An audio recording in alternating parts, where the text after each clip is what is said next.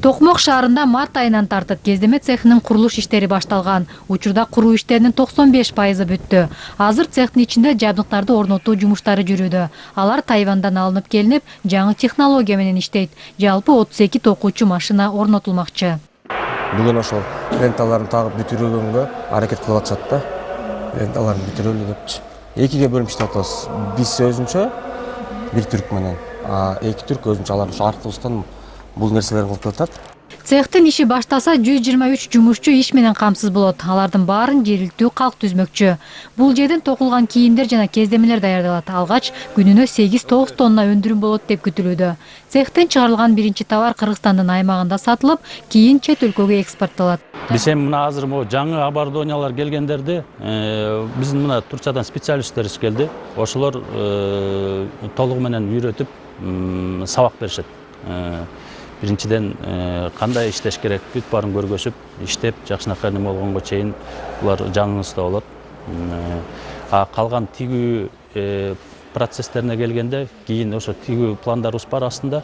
Ал жакка да бир 160-200 кишидей ишти ойлонуп атабыз.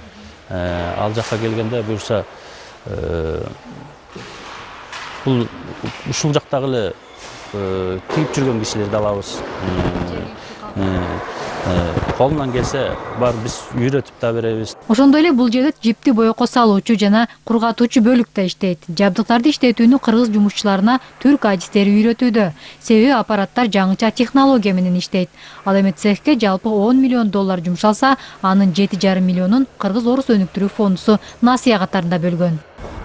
Узак мөөнөт менен 7 жылга төмөнкү пайыз менен 4% менен. Былтыр ноябрь айында 1 жыл мурун жактырылган болчу. Буюрса мына декабрь айында бул фабрика ишке кирет деп күтүп турабыз. Жаңы долбоордун натыйжасында биринчиден жаңы жумушчу орундар пайда болот. Кийим тикчүү өнөр жайы бизде жакшы өнүккөн, көп ишканалар бар. Ошол ишканаларга бул текстиль фабрикасы өзүнүн продукциясын поставка кылып турат. Аталган ишкана жылына 2000 тоннадан ашык кездеме чыгарат. Ал эми цех декабрь айында ишке берилмекчи. Анара Мамбеткадырова, Азат Жаныбек уулу, ЛТР, Чүй облусу.